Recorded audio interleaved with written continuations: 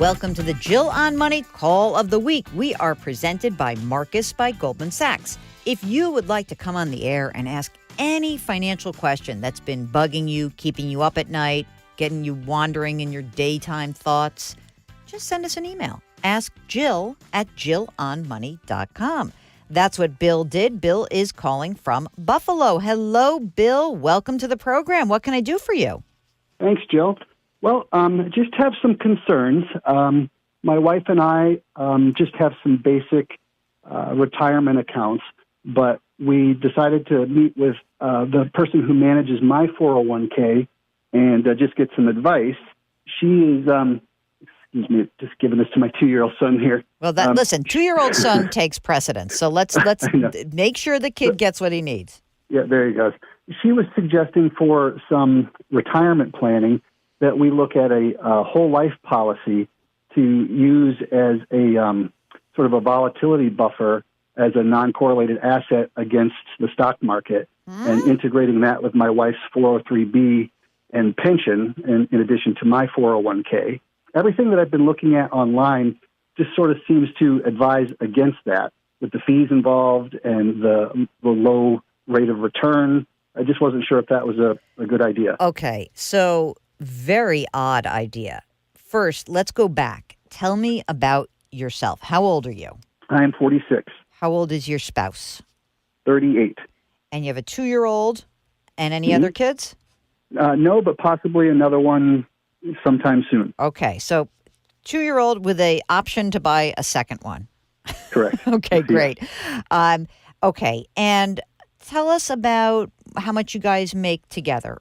Together, we make about $151,000. Okay, I'll call it 150. And you both have retirement plans. You said you have a 401k. She's got a 403b. Is she a teacher or a? She is a teacher. Yeah. Okay, great. And so she will have a pension, right? She does. Yes. Okay, great. And in your retirement plan, what is the investment option inside of that retirement plan? As far as it's just mutual funds, basically that's all I know. Okay, so it's a bunch of mutual funds. Do you remember the company that offers the funds? I think it's through Mass Mutual. Okay, this is what I'm getting at. When you first said I have a CFP and she started recommending whole life, I thought, well, I wonder what kind of CFP would do that. It would be somebody probably who works for an insurance company, someone who maybe like Mass Mutual, right? Like that's a big insurance company. Yes. And so do you work for a small company or a larger one? How would you describe it? Small company. Yeah, I mean, it doesn't surprise me. A lot of smaller companies, they will essentially say, hey, you know, the boss's CFP, the boss's accountant, the boss's insurance agent puts in a retirement plan, and usually that plan is through some sort of insurance company, and it's usually not a great plan. It's usually more expensive than, say, you know, let's say you work for a huge company and they use Vanguard funds. The problem is that a lot of small companies, they don't have the option of going to some of the best plans because the plans they have are too small. Okay, so they go to the insurance agent, and then you get this thing called, you probably have a variable annuity, which is part of your 401k, and inside that variable annuity, offered by Mass Mutual, are a bunch of mutual funds. They look like mutual funds. They're not really. They're called sub-accounts. Okay, now I'll breathe. Here we go. The idea that you would use a whole life policy as a, quote, buffer against the stock market is ridiculous. So honestly, you just cannot listen to anything this person says. Like at that moment, you can turn that person off because that's a terrible idea. Unless you told me that you guys have a need for permanent life insurance. So, you know, like if you told me that, well, gee, I have a sibling who I'm going to have to care for throughout my life, and when I die, someone has to care for that person, then that's a reason. If you have a massive estate, or if you have an estate that's tied up mostly in real estate, that's a reason. If you're married and you have some obligation for a special needs child, that's a reason. But just for the heck of it, this is nonsense. So how much do you contribute to each of your plans? What percentage of your income do you put into your 401k? So the total for me is a combined of 9%, 5% that I contribute, 4% that my company puts in. Not quite sure what my wife puts in, Mm-hmm. but I think she does contribute a little bit more. Okay. And as a percentage. Do you have enough money extra to put away, considering that you have a 2-year-old and, you We obviously... do. Yeah? So, she identified some lazy money that we have. And so we have probably about $250,000 in just liquid cash. Mm-hmm. Of that, we're probably thinking about $100,000 we were planning to invest. This is phase one of the plan, was to consider like the distribution phase of our retirement. Basically, it was the argument that was made that there would be an accumulation phase of income Mm-hmm. or growth, and then a Mm-hmm. distribution phase.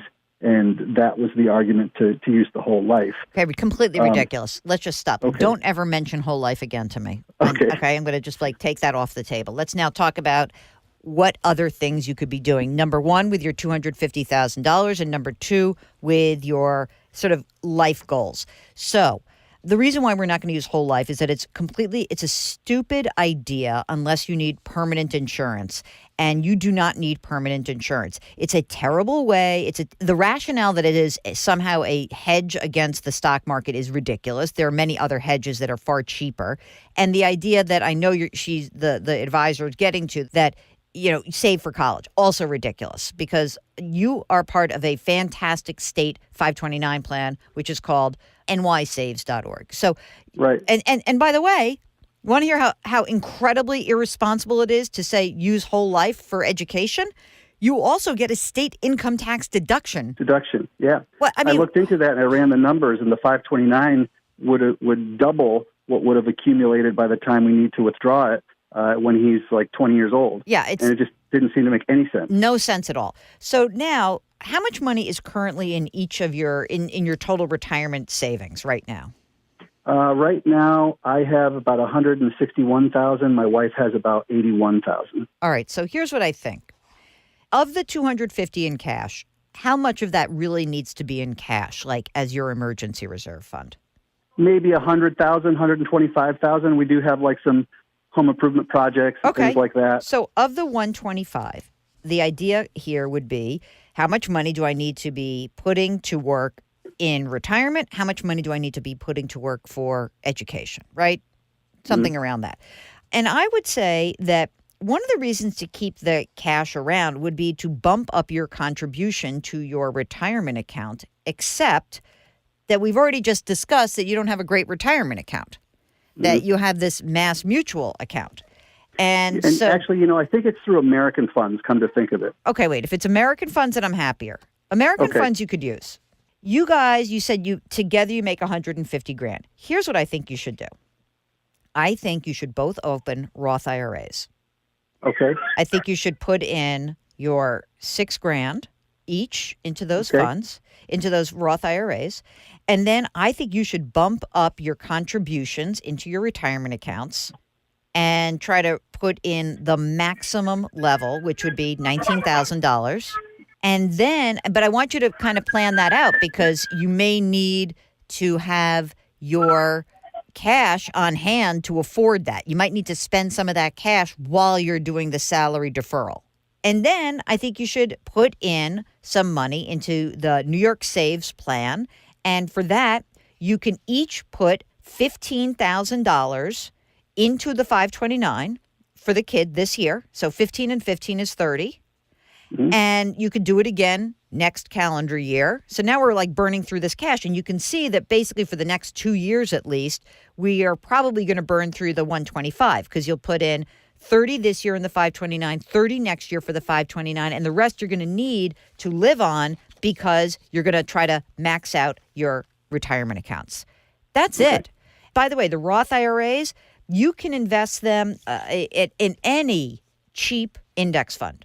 Okay, so you can go to any of the places that you would think about, Vanguard or T. Rowe Price or TD Ameritrade or Fidelity or Schwab, any of those kinds of places. If you're really worried about what's going to happen with the stock market, you say, I'm going to be kind of a balanced investor. I'm going to have, 60% in stocks and 40% in bonds and cash. That's it. No whole just reallocate as we get closer to retirement. You got it. The idea that you would use an expensive life insurance product when you don't need life insurance Because I presume you have a term life insurance policy, right? We're in the process of applying for it right now. Just I'm going to do a 20-year. My wife's going to do a 20 or 30-year. Perfect. Don't buy the life insurance through this person, by the way. I would go online, go to policygenius.com, go to any of these online folks and start to get a sense of how much you need. And then buy the term policy, put the money into retirement, put the money into the 529. And how about this? All the fees that advice would have generated goes to your bottom line. Right. That's it. So buy term and invest the difference. You got it. You got it. So with that Roth IRA, just one question on that. Sure. When we did our taxes this year, I inquired about possibly opening one up with the person who does our taxes. And they said, well, you're in the 22% tax bracket, so that might not be the best approach. Who said that? The person who does our taxes. So I just wasn't sure if, because we're in a higher tax bracket, does it make sense to put it into a Roth now? Yeah, I'll tell you why. Because, first of all, you're perilously close to going to the 24% tax bracket. 22 is an incredibly low tax bracket. And I think your taxes are going to go up, not down. And you're already saving on a tax-deferred basis. So I would totally use a Roth. Absolutely.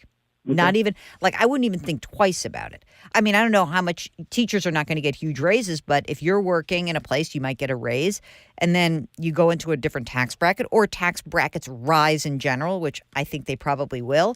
And also, I think it's nice to have some money that's already been taxed. So that, to me, is why I would argue for the Roth. So just with our retirement accounts that we already have, by increasing our contributions, and the Roth IRA, that kind of covers our individual retirement. You got it. We'll just That's front exactly load right. the 529 to get the money in there faster. Yep.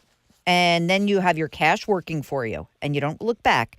Because the day that you do this, the stock market's going to crap out on you. I can guarantee that. Yeah.